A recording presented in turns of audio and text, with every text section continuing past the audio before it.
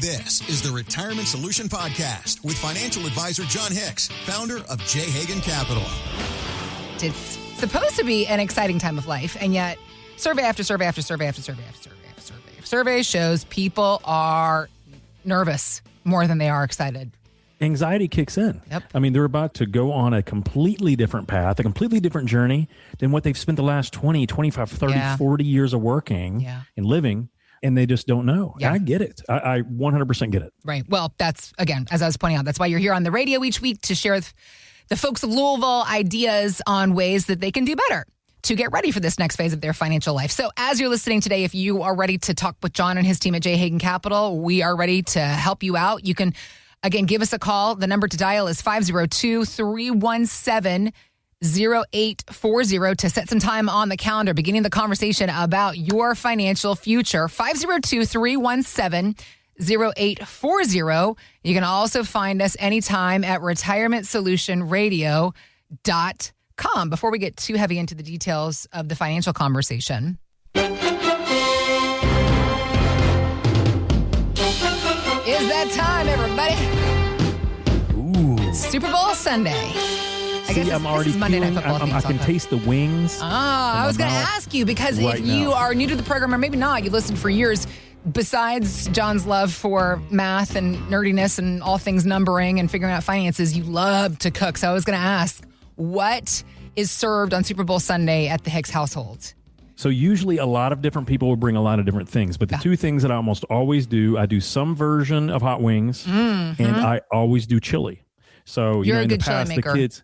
Yeah, it's not bad. It's not bad. I mean, I laugh because I say, in a pinch, Wendy's chili is delicious. So good. Wendy's does such a good job. I don't know why people even bother making their own, but my kids do love it to make nachos where they just spoon the chili over top and then the cheese and all that stuff. So my kids are nacho fans. So we always do that on any big game day that we're going to be in the house. My whole mouth Almost just always. filled with saliva. Here we are, first thing in the morning. You guys, you're listening to us on WHAS, just driving around, and it's like, why is it like not even 10 o'clock yet? I haven't even had my second cup of coffee, and all I want is nachos. Sorry, not sorry.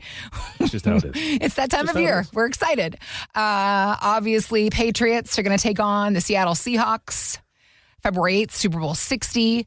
It was actually several years ago when we had a chance to sit down with NFL Hall of Fame running back Marshall Faulk, of course, who played for the Colts for several years. Then he went on to play with the Rams. That was the team that he went to the Super Bowl with. Absolutely. Where he had some wins, some losses. I guess there was one game, one win, one loss, playing the Super Bowl with the Rams. And in the conversation we had with him, he explained how it's all played into his philosophy on life. This is Marshall Faulk. You can hit a big play, but the consistency of 10 yards and 10 yards and 10 yards is kind of in life how you have to take things and then get knocked down. They give me the ball. I run for some yards. They tackle me. I get knocked down. I get back up and I ask for the ball again. You use that analogy in life and it'll get you far. So a lot of the things in football, a lot of the mental things in football and how you play and how you become successful, they apply to life. It's the same things about life. Life is going to punch you in the face, stomp on you on the ground. As long as you get up, you get a chance to live life again. Did you hear what he just said? The mental things about football. And do we not talk about the emotional repercussions of 100% finance of the time. so many times on this radio program? It's amazing because, the emotional part is the biggest part. A downturn in the market won't kill you. Right. It's how we respond to that, how we behave that could make it disastrous. I think probably talking to NFL players about playing football is probably a lot like retirement, at least when you think about finances, because they're a lot alike if you think about it. No matter what, you're going to get hit, right? There's no way around it. If you are a professional football player, you're going to get hit. And in retirement, it could be the same thing. It doesn't always have to be the markets. It could be a health scare, or we get downsized 2 years before we want to retire. Whatever it is, we know we're going to get hit. So whether it's markets or the roof starts to leak, or the car needs a transmission, or we get downsized at the wrong time. The difference that separates a championship mentality versus panic is one simple word: preparation. And when you look at those teams, I think at the beginning of the season, I think I could probably poll everyone out there listening today. And I would love to know who thought it would be the Seahawks and the Patriots in this Right? year's Super Bowl. As a matter of fact, I think the over-under, I would think it would be amazing. Who would have ever picked those two teams this year to be in the Super Bowl? I would have never had either one of them in any way, right? None. I mean, even if you said, okay, even the Chiefs are a little, long in the tooth, maybe they're not ready for things. They never even had a shot this season. You look at so many other teams. Is this Pat's first year without Belichick?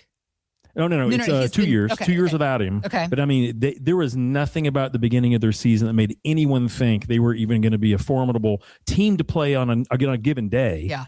And here they are in the we Super are. Bowl. Mm-hmm. So when you think about that, all those surprises that can happen, it's kind of a big deal. But preparation, and this is where I was going to go with that, regardless of what we thought as outsiders looking in, the two things that I think you can without a doubt say about the Seahawks and the Patriots, they were unbelievably prepared. They were prepared to succeed from the very beginning. And I think that is really one of the biggest things. And it's kind of what Marshall Faulk even was talking about too. Yeah. And let's do it this way. Let's paint a picture. So Okay. I remember a few years ago, one of my clients, we'll call him Tom, he had been working in manufacturing for like 35 years. And he was never a huge earner, but he did great. And by the time he got ready to retire, it was probably around, I'm going to say probably $850,000 if you kind of added it all up about what he had saved. So a really good amount of savings. And he was really good also about saving. He wasn't frugal, but he also didn't spend money he didn't have. The main thing I would say is that Tom was disciplined. Okay. So here's the thing. When he turned 62, he was unbelievably terrified because at 62, that's when he was starting to think, John, we're right here at the end.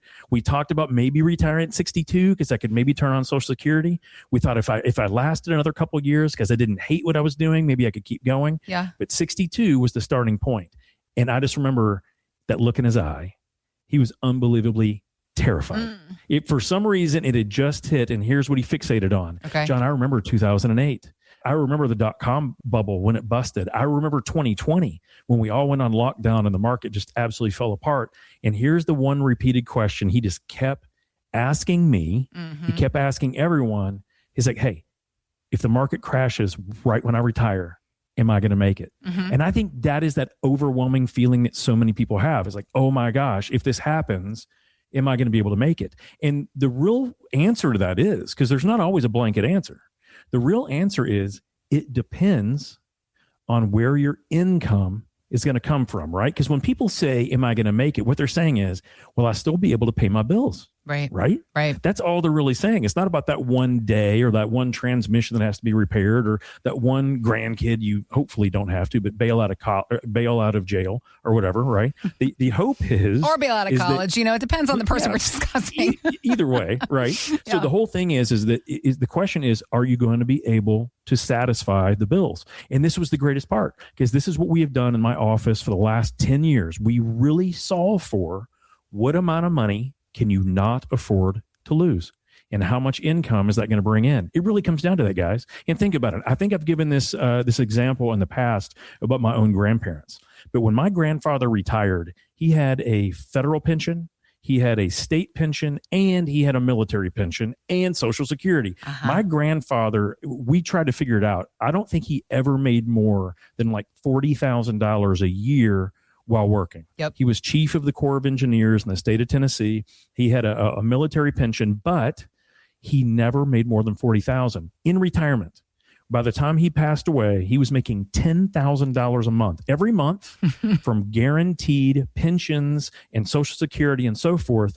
So even if my grandfather had never had another dime in his bank account, which he did, but if he didn't, he had guaranteed income coming in every month, right? Yep. So he was never cavalier, but money just never really affected him. He wasn't really worried about the stock market, wasn't really worried about those things. He had savings, but he wasn't worried because the anxiety was done because he had income. So the one thing that I did with Tom is we went back and looked and said, all we really have to have of your $850,000 portfolio, all we really have to do is have $225,000 of it in a place that we can't lose and to have it spin off income. Okay. That plus your Social Security is enough to pay every single bill that you have in retirement. That's it. And I just remember that look on his face. But, and I said, now that leaves us $625,000 remaining in your portfolio to take as much or as little risk as you're comfortable with. See, ladies and gentlemen, he had spent $850,000 or he'd saved that much to get to retirement. And what we got to the point was he thought, oh my gosh, what happens if it's all gone? He only needed a small portion of that to maintain his income for the next 10 to 15 years. And the rest of it was quote unquote gravy. So as soon as he understood that and realized, oh, wow, I'm not going to risk what I can't afford to lose. I'm going to take that $225,000. That's right. We put it in a certain spot. That's giving me income. So now no matter what happens in the market, even if the market takes a tremendous kick in the face, he knew his income was completely fine for that first 5, 7, 10 years in retirement. And but usually that period of time, no matter what the markets had done, usually and historically, it's come back and rebounded. And he would be able to participate in that. That was the first time that I saw his eyes finally get a little bit more normal, because he wasn't terrified anymore, because he knew and he could see very easily not only the type of investments that we used, which we couldn't lose. It was either insured or secured or FDIC protected by a bank or an insurance company or a pension company. We did not have to worry about that. Because of that, it gave him that confidence to get out there and not worry about taking the hit.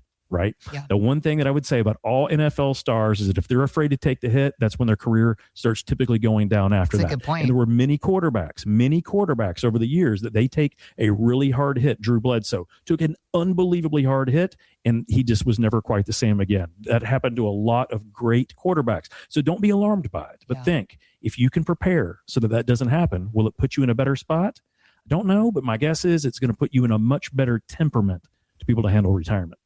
Are you prepared with an income plan for the years ahead?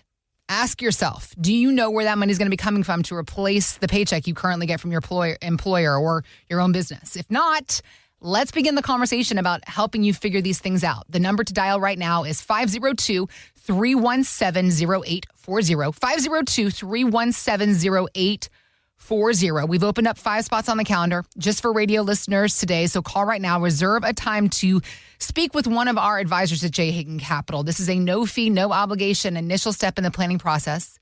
Just a space for you to hop on the phone with one of our advisors, ask your questions, and then they'll be able to explain how at J. Hicks Capital they might be able to help you figure out things like an income plan and all the other areas that you need to cover for your own retirement. 502-317-0840 is that number to dial. 502-317-0840. If you're 5 to 10 years from retirement and have saved at least $500,000, that's where you're really going to see the benefits of this kind of planning take effect. And Jon and his team ready to show you what they can do for you. You can also go to retirementsolutionradio.com, or it's 502-317-0840. Instability seems to be one of the most stable words to use when it comes to things going on in 2026 thus far. Is that what you call an oxymoron? Instability like is one of the most stable things when you're thinking about the modern economy. I kind of agree with it. It depends on what the administration is going to say on one day and on what any it may given walk moment. back the next day or minute. Don't get me started. Right? I know. You just never know. So what I would say is volatility is very real in the current environment that we're in. No question. But, of course, what does it mean for you, dear listener? What does it mean for your savings, for your financial future, for your retirement plan? The instability that we've been seeing. I mean, when it comes to you know what? We're not even going to get into some of the headlines because that is not even for us to go down the rabbit hole on. Absolutely. But what you are here to do is to point out to us that no matter what the headline is, because it's always going to be something. It's always going to be something. And what you don't want is for it to be affecting your financial position in retirement. So we've seen a lot of volatility in the market, political events, of course, everywhere around the world, here at home, are making impacts on Wall Street. Investment strategist Liz Ann Sanders was on CNBC talking about the one word to sum it all up, Jon, is instability. This is Liz Ann Sanders. I think instability suggests that we are navigating sort of this constantly moving target. I think you can apply that to geopolitics, to trade policy, to monetary policy. And it's just it's a backdrop that's a little bit different. It kind of keeps us on our toes a little bit more, as opposed to being in sort of a normal cycle where you're just waiting for the next data point and you therefore will have the answer to that uncertainty. Instability is just a different animal. But we're in retirement. We don't want to be kept on our toes anymore, Jon. We are tired. We want normal and boring. I'm pouting like a toddler over here. But unfortunately, that so rarely happens, and especially when we have very polarized viewpoints in days like we have this time period that we're in right now.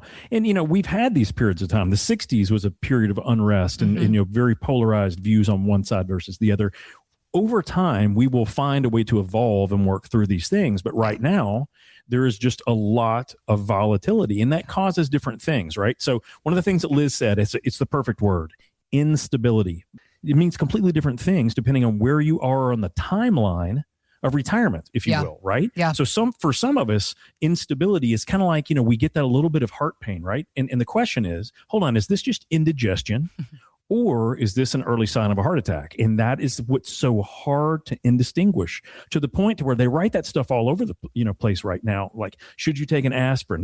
Because it's so hard to see the difference between, or to feel the difference between, a heart attack and indigestion. So what I want to really hit on so that we can learn from this. Is when should we be paying attention to the headlines? Yeah.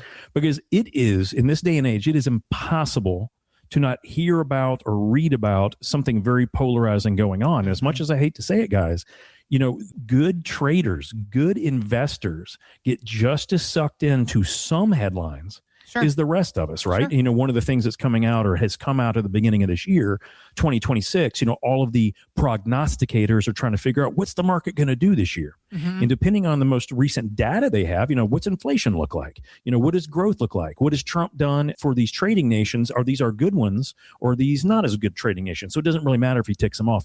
But every time new data comes out, they revise what they think the market's going to do, right? It's a big deal. So because of that, even the greatest investors are making decisions, even if it's many months down the road, but they're making decisions based on what they think the outcome is going to be. Yeah. So looking at that, the two ways that instability affects us when it comes to retirement in these headlines, number one, if you're a pre-retiree, like if you've got a few years to go, and the second is if we're already retired, because they make very significant impacts depending on what group you're in. Okay. So let's go ahead and start. So I remember this story a few years ago. I was talking to one of our clients. We'll call her Sarah. Sarah is, I believe, 60 years old. And she said she had about 5 more years. She wanted to work for 5 more years. She'd done an awesome job saving. She was a single lady, unbelievably smart, great at her craft. But she had about $1.3 million saved. Fabulous. That's more than enough based on the way that she wanted to live her life. And she had 5 more years to grow that money. Okay.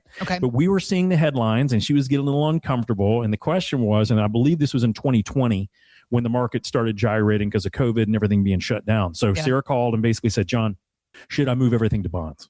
I remember in the .com bust, bonds were a little bit of a safe haven. What do you think? And at that point in time, number one, I had no idea what the markets were going to do any more than anyone else. But what we said is that, hold on, Sarah, let's think about this for a quick moment. Do we still believe in the quality of the U.S. markets in general? Her answer was yeah. She goes, yeah. So I was like, now, do you still think that you're going to be able to maintain your job for the next 5 years? This was a big one. And she's like, oh, absolutely. And she was not only great at what she did, she actually saw that it could be better because of the COVID situation, because of her industry. She thought she may actually do better, and she was exactly right. But all we really did is we took that indigestion she was experiencing from the headlines, and she'd go, everything's safe. And we just looked at it, say, okay, if we know that we're going to have a stable income, if maybe not even a slightly better one over the next 5 years, and what I explained to her was most downturns, they're very uncomfortable. But most of them last only a few months to maybe a year or so. And then they typically recover and rebound after just a few more months or maybe a couple years. In the longest case scenario, most downturns are completely back to normal within a few years, couple years. And she had that amount of time. Yeah. But putting that in perspective, then she treated all of those headlines as just indigestion. It wasn't a heart attack. It wasn't a reason to get specific, surgeons involved to start cutting things open. And in her case, to go straight to bonds and go straight to cash and whatever. Yeah. What happened was her portfolio doubled. Nice. Doubled from the time that we were talking about that in the middle part of 2020 to the time she actually retired. She had twice the money. That $1.3 million turned into a little over $2.5 million. Wow. Because of one simple reason. We distinguished the difference between indigestion and a heart attack. And she realized she had time. And it was great. So that was a great situation because when she did decide to retire, which I believe was not that long ago, she may still be doing some consulting work because I think it makes more sense. But when we talked about it last time, she could have nearly 50% more retirement income because of that decision. So that was great. Yeah. Now, that's part number one. Okay. Free retiree, or you get a little bit of time. Yep. Now, here's part number two. Now, this is the difference when we have to figure out, is it indigestion or is it signs of a heart attack? Yeah. Now let's talk about Robert. Robert is 68 years old. 68. He is already fully retired. Okay. Now, he had done a great job saving, but he was pulling out around 5% of his income during this period of time. Now, if he has a downturn, let's say that the market does a downturn, 20, 25, 30%. Big difference for Robert. Now, why? Because Sarah, she had 5 years to go. Understandable. She wasn't pulling any money out, but she was able to double her money by waiting for a rebound. Robert, the reason it's different is because he is actually pulling money out of his portfolio. He's already distributing it. So what happens? Well, if the market goes down 25 or 30%, he is pulling income from an asset that's already being depleted. There is no asset to rebound because he has spent it on top of the downturn. Now, this is a very uncomfortable concept they call sequence risk or sequence of return risk. And the studies have been out there. I know, Heather, we've covered this in the past. Yeah. I believe it was Fortune or Forbes. I can't remember which, but one of them did an article that said that sequence of return risk is the biggest, most consequential risk for all retirees, not because of the markets, but because they're pulling money out and they don't get the chance to rebound. They actually said if you experience a downturn within the first year to 3 years of retirement, the first 3 years, your chances of failure or basically running out of money increase 600%. Wow. 6 times the potential chance of failure if there's a downturn in the first 3 years of retirement. Yeah. That's huge. That is huge. And what is the biggest difference? Hold on, John. Wait. So if Sarah doubled her money and Robert could potentially run out, what is the difference? Well, that's the difference between understanding if we have time, then that's probably just indigestion. Unfortunately, if we're pulling money out and we suffer that downturn, that's maybe early signs of a potential heart issue, right? So what do you do about that? Does it mean you go change things immediately? No.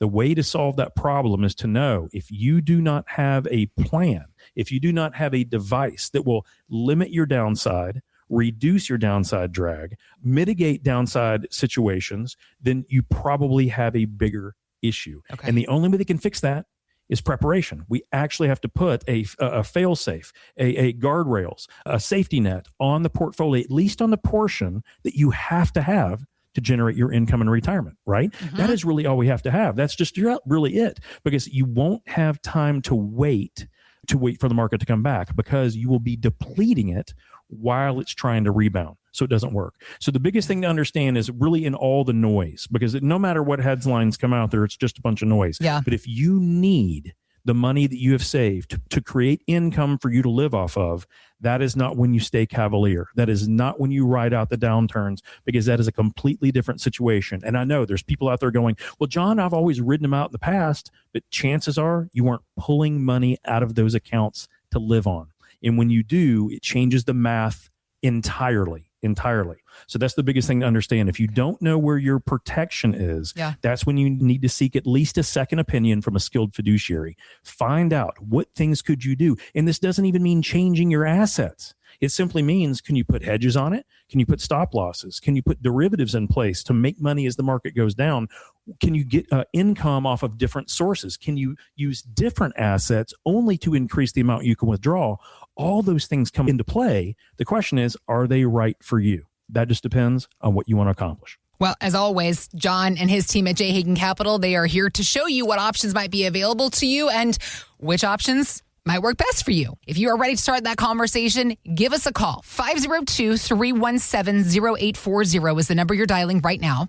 502-317-0840. Call to put a time on the calendar for an initial phone conversation with one of our advisors. This is a no-fee, no-obligation initial step, just a space where you can ask some questions, explain what you're worried about, and then our advisor will explain to you how we might be able to help at J. Hagan Capital. 502-317-0840. 502-317-0840. Call right now. 502-317-0840. A lot of us have lots of questions when it comes to our money, but are they the right questions? Well, usually I'm the one asking the questions and you getting the answers. Today we're going to flip it a little bit and say, okay, Mr. Advisor, let's talk about these questions from this survey, as well as the questions that you want people to be asking, whether it's an advisor at J. Hagan Capital or an advisor in any part of this great country of ours. Let's just be real. You got lazy. Instead of coming up with your own questions, you wanted to use someone else's. There's nothing wrong with that. I don't feel like working today. I don't feel like doing my job today. And so you have to do it because you've got 2 children and a wife and you're running a business and you're managing people's savings. So I'm just going to pile on and put something else on your list to do, John. And I'm not sorry. Let's do it. I'm not sorry. Regarding questions that you might have, there was a study done by Natixis finding the top questions people are asking their retirement planners right now. And the 4 top questions, according to this survey: 1, am I protected from a downturn? Question number 2, what do I need to do to outpace inflation? Am I going to meet my goals? Which I feel is a little bit vague. And then number 4, how do I preserve and pass on what I built? So from your perspective and talking to folks in your office, do you agree? Are these questions that you're seeing people ask most? And perhaps not more importantly, but laterally, what are questions that you want people to be asking, that people should be asking?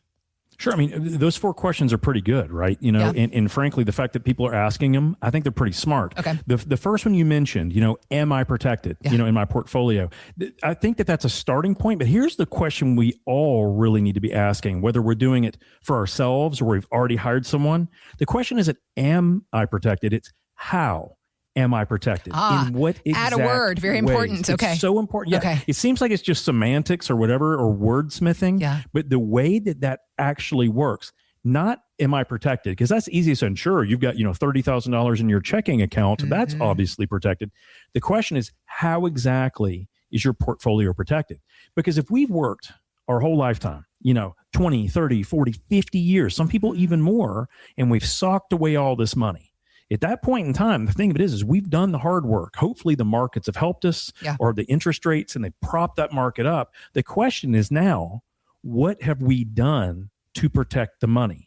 Not is it protected? What specifically? Are we using stop losses? Are we using derivatives? Do we have options on the downside? Do we have non-correlated asset classes? What are we using to diffuse a downturn, right? And we've talked about this on the show quite a bit. The markets, they look to be pretty resilient.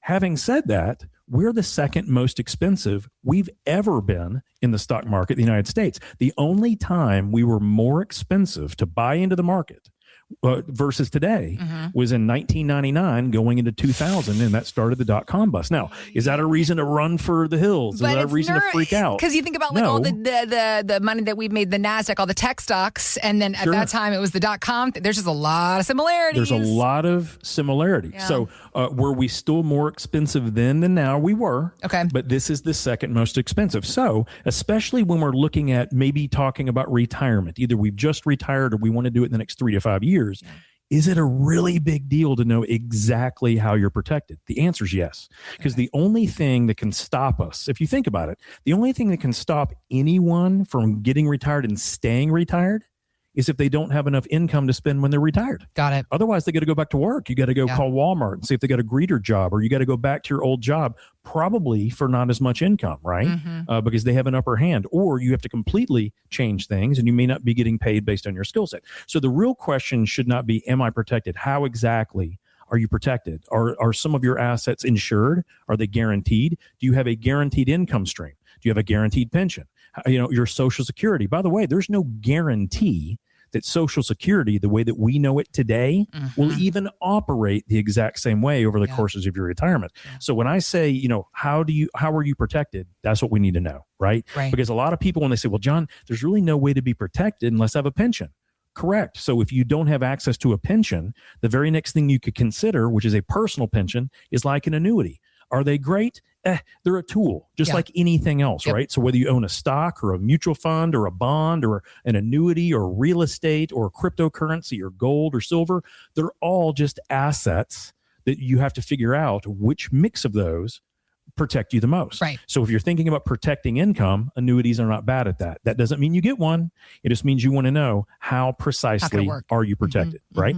So that's the big one. The next one is, how am I going to keep up with inflation? Yeah. Guys, this is going to be a little bit of a tougher one, mainly because we're seeing inflation stay kind of elevated, coming down a little bit, but we're hearing time after time after time, the headlines are saying interest rates are going to come down, which means we're not going to be earning nearly as much money in those money market accounts and CDs and so forth. So we have to have an eye on the prize. We want to make sure that if we have $10,000 today, that it's not worth only $5,000 down the road, and we still need to live off of it. So we do need to overcome inflation. So this is where we want to consider, Heather, what are those inflation protected things that we own? Do we have TIPS, which are Treasury inflation protected securities? They're very, very liquid. They usually buy U.S. debt, but they are protected with inflation. There's also a numerous, if not unbelievable amounts of structured notes and principal protected notes. Now, these are often offered by banks, so they have some version of insurance on them. But basically, as long as that bank stays in business, they will potentially offer you much better returns than just normal CDs. Those can be attractive components. There are some annuities that offer increases in income or increases in inflation if inflation stays high. These are all things that exist. And of course, real estate historically has done quite good. Gold and silver have done quite good over time. The question is, how are you going to keep up with inflation? You can't just have all of your money in bank protected assets that are standard, because every year we have a little bit of purchasing power that we lose, right? Yeah. So we have to make sure that a good portion of our portfolio in our office, 50-50 is balanced. 50% that's pretty safe, 50% that has some risk exposure you're comfortable with is a good starting point, right? Okay. The more risk averse you are, we get you a little bit more on the safe side. The more acceptable you are or risk tolerant you are, we ramp it up the other way. But we have to know how we're keeping up with inflation. But that means we have to be investing with some potential risk, right? Got it. Those are big ones. Okay. Now, some things that you didn't mention that I think are important. How much are we paying in fees? This is one that every single day I run into, and I am amazed, and it's no one's fault, but most people have no idea what they're actually paying in fees for their investments, for their advisor, for the combination of the both, on their insured account to their bank account. This is something we've talked about before, because it's not hard. It's not easy. It's difficult to figure out. Absolutely. Because of the way that they build those that fee layer. It is hiding in plain sight. And by the way, it is out there. I will guarantee you, I can't guarantee it, but I feel, rest assured, it is in print somewhere what you're paying. But is it very difficult? And do they make it, unfortunately, very difficult to find that information? Yes, they do. So here's an easy way to understand it. If you own actual mutual funds, chances are you're paying a lot more in fees than you think. If you own mutual funds and you're working with a financial advisor, you're probably paying 2 higher levels worth of fees than you're even understanding of. Because anyone that owns mutual funds, my only real question is, why? Because exchange traded funds, which are institutional level, essentially mutual funds, which you can protect, you can put downside risk parameters on them. You can be tax efficient with them. There are very few things in an exchange traded fund that wouldn't be better than a mutual fund across the board. As a matter of fact, I can think of none. Okay. I can think of no singular reason why a mutual fund would be better than an exchange traded fund. So you're probably paying more than you need to, simply if you own mutual funds. So go get a second opinion, right? Ask your guy what you're paying, but I would absolutely get a second opinion to find out what are you leaving on the table. And here's an example. We met with a lady a couple of weeks ago, and she had come in and she'd saved about $1 million. Tremendous amount of money. And she was paying about $19,000 a year in expenses. Well, in the beginning, it's like, well, $19,000, that's not a small amount of money, but it's $1 million. Guys, that is 1.9% that she was paying annually for the investments plus those advisors. That was the fees she was paying on her? Just the fees, 2% a year. So if you looked at that, if she was paying, if she was paying what she should be paying, which should be 1% or less, all in. If she just saved that difference, that could have amounted to over $388,000 $1,000 in savings that she could still have in her accounts if she was paying less than 1% versus almost 2%. So it's a huge amount. But that is one that I do not hear asked enough. Hey, what am I paying and what should I be paying? Most of us, if you're getting good quality, skilled, holistic advisory advice, which means they need to be able to understand tax understandings, estate understandings, how to protect your money, how to grow your money. Typically, all of that all in and inclusive of the advisory fee should be 1% or less. If they have CPAs and attorneys on staff, that's even better, especially if they don't charge extra for that. But that is a starting point to gauge yourself. If you're paying more than 1% and they don't have CPAs and attorneys on staff, again, the question is why? Because without question, the good companies out there that are offering those services are not charging 2%. So you can save yourself a ton of money, but you have to ask the question. Got it. The last thing that I was actually going to mention that wasn't on that list is what happens when my plan changes? Well, ladies and gentlemen, this is probably the most important part about having a good advisor. We know your plan's going to change. They change all the time based on health surprises, based on living arrangements, based on, unfortunately, people have divorces or lose spouses, tax law changes. All of these things change all the time. So we have to be prepared and have a plan that's fluid enough to take care of that. But I do not hear people asking that enough. Hey, what happens when my plan changes? This is why, at a minimum, you need to be sitting down with your advisor and going through, not your investments. That is almost irrelevant if you own good stuff. That you should be going through, hey, are you have enough income to do the things you want to do? Are you planning all those vacations? What is the cost of that? Hey, do you need a new car, hot water heater? Does the roof need to be redone? All of those things are so much more important than going through just what was on your statements that has already been presented. We want to make sure we're understanding when your plan changes, are you already prepared? Most of our clients, they are, and they may not even know it until they ask. It's like, this is why we did this. This is why we did this. This is how we're good. And that sleep at night mojo, that whole thing where you just feel good because you can sleep at night, that changes all those fears. But ask, what happens when your plan changes to your guy or in your own mind? If you don't have the answer, find a second opinion. Which is exactly what Jon and his team are here to help you with, a second opinion of your savings and investments. Give us a call right now, 502-317-0840, 502-317-0840, to set a time on the calendar for an initial phone conversation with one of our advisors, a no-fee, no-obligation initial conversation. So call right now to reserve a time for your phone conversation with one of our advisors, 502-317-0840. Or if you're like Jon and me, as we were sharing before we came on the air today, Jon, if you're like us, you can find us staring into our TV screens in just the next few days because it's the time for the Olympics, everybody. That's right. As much, I guess, as non-manly as it seems for me to say, hey, I will be watching every single bit of that figure skating the entire time. The quad god, are you kidding me?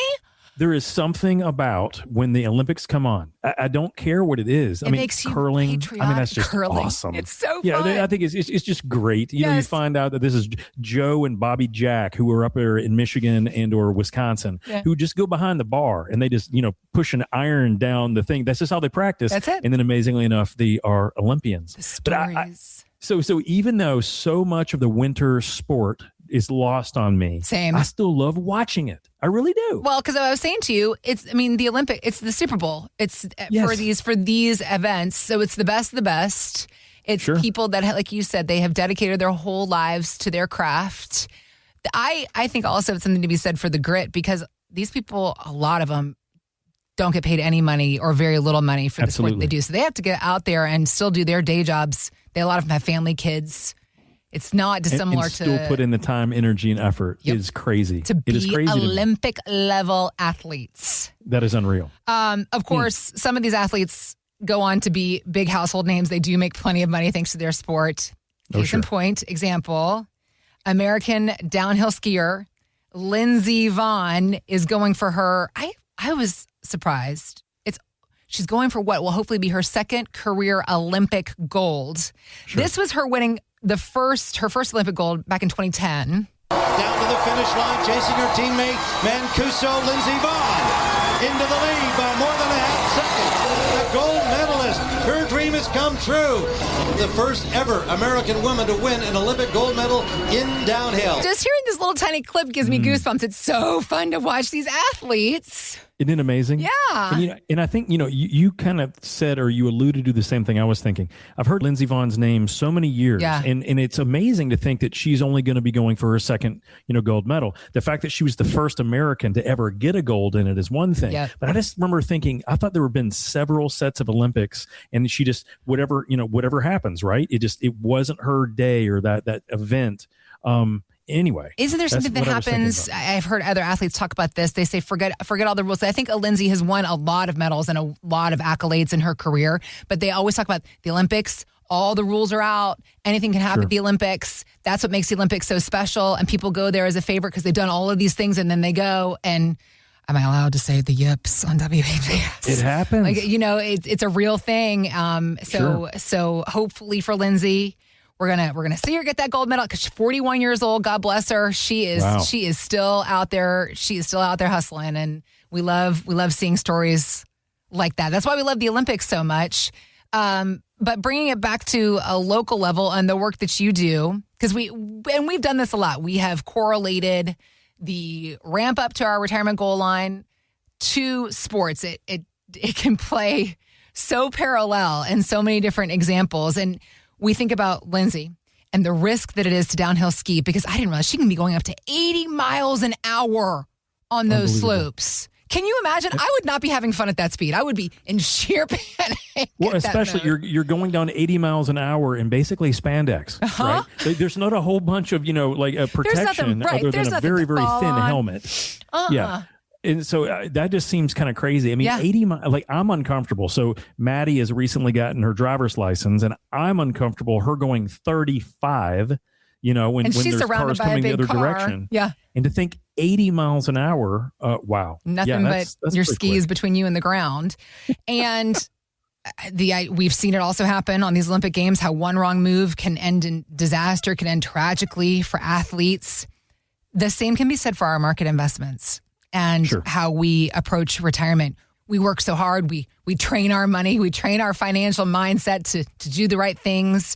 We get to retirement, and it's the same idea. We are hurtling ourselves into retirement at 80 miles an hour in some cases, depending on how invested you are in the market. And boom, one crash right before you retire, or right after you retire, which can be worse in some cases. Sure. How can we work to slow things down, to adjust our pace, give ourselves more control over our portfolio as we get closer to retirement and then getting into retirement? Yeah. So, if you kind of think about it, there is a lot of correlation that you can look at between, skiing or sports, and retirement in general. So, the first one, downturns can be devastating. That is a big one, right? So one of the biggest issues that athletes have, especially in downhill skiing, is that there's obstacles, there's moguls, there might be trees around the area, but then there's just conditions. Sometimes there's a little bit of rain that gets in there and it turns into ice instead of soft, powdery snow, or there's any number of things that can happen. Here's the point. We often cannot control those things. So the biggest thing that we can understand is we have to be prepared. A real retirement type plan, which every athlete knows they have the plan that they're going to go with A. Yep. But then what happens if something goes wrong? They don't only have a plan B, often they have a C, D, E, and F. Just the same, that is what happens all that time. When you look at a professional athlete, how much time do they spend actually on the field or on the slopes versus how much time are they watching game film? How many times are they staring at the schematic of what exactly that hill looks like? How many times are they looking at a different vantage point, not skiing it, but just seeing it where it goes? That is the preparation phase. And so when we're thinking about retirement and we have gotten to the top of that hill, and to retire means we now have to get down that hill. And what happens if we are going 80 miles an hour? Well, that's why we got to pump the brakes. And this is the good thing about us not being in Olympic downhill skiing, is that when it comes to preparing for retirement, we can tap the brakes a little bit. We can get a second opinion. We can be certain that, number one, our plan A is awesome, but we can also make sure that plan B, C, and D are also viable as well. I wonder what it looked like, or I wonder what Lindsey's face looked like at whatever age she would have been. 8, 9, 10, 11, the very first time she got to the top of a mountain and looked down that black diamond or whatever type of mountain it was. And I just wonder if she thought, I got this, or, oh my gosh, what have I done? Maybe right? a little bit somewhere in between. When you're an Olympic athlete, you got to have, I got this mentality, but you're also a human. So exactly. Yeah. And so that very first time that she saw that, whatever age, no, the many times, even if we've done a great job working, we've been unbelievably successful, we get to that point of retirement, sometimes we look down and we just get transfixed, or we get unbelievably anxious because that's the first time we've looked down and seen that black diamond hill, and we're actually staring for the first time. So the main thing is be prepared. If you do not have a game plan truly on how you're going to descend that mountain, you really need one. That is the worst thing. Okay. It's not that the mountain will give us something different or the conditions won't be perfect. We know that that's never going to be perfect. Okay. The question is, do you have plan B, C, and D when, not if, when going down one of those times it throws you a curveball or it throws you a different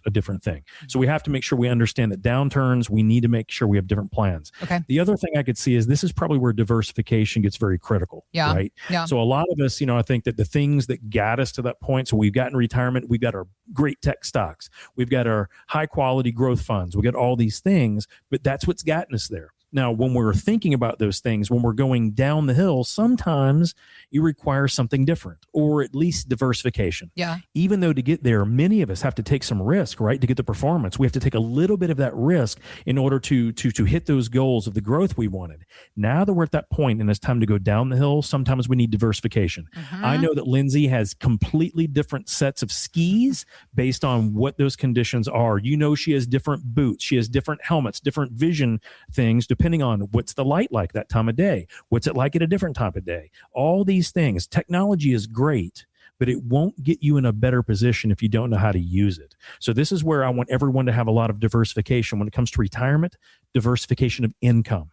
Diversification of income is so much more important than just diversification of assets. Well, I've got some small cap, mid cap, large cap. That's great, but there are some days when we don't want to even be on the mountain. We have to have something that tells us this is a terrible day to go down the hill, right? Yep. And so it's just being diversified and understanding those things. Those are the things that I think we can probably correlate the most with, someone like a world-class athlete getting ready to go down, the slalom, or in her situation, going down the mountain. We, as we get ready to retire, are potentially looking down and deciding, hey, am I going to attack this mountain? Or am I going to wait a little bit more time, or get a little bit more preparation underneath my belt, or whatever? The thing of it is that this may be a completely different situation going up or going down than when we were climbing up to the begin with. Yeah. Make sure you have the right coaches, make sure you have the right team to answer all those questions, so that when you're going down the mountain, that is not when you say, oh, crud, I should have done something else, or I should have had different skis, or a different coach, or I should have never been on this mountain in the first place. Yeah. That's not the good time to be having those thoughts. Right. Well, let's begin the conversation helping you understand about your plan, your money, your future. It's retirementsolutionshow.com, or just click on the links we've got posted in the show notes. Thanks for listening to the Retirement Solution Podcast with Jon Hicks. Begin the conversation about your savings plan with Jon and the team at J. Hagan Capital by visiting retirementsolutionradio.com. Be sure to listen to Jon's radio show, The Retirement Solution, Saturdays at 8 a.m. and Sundays at 9 a.m. on News Radio 840 WHAS. J. Hagan Capital Incorporated is not licensed in all 50 states. To find out if J. Hagan Capital Incorporated is licensed in your state, please call 502-690-5635. J. Hagan Capital Incorporated is not affiliated with nor endorsed by the Social Security Administration or any other government agency, and does not provide legal or tax advice. By contacting us, you may be provided with information about insurance and annuity products offered through J. Hagan Capital, LLC, NPN number 188279094.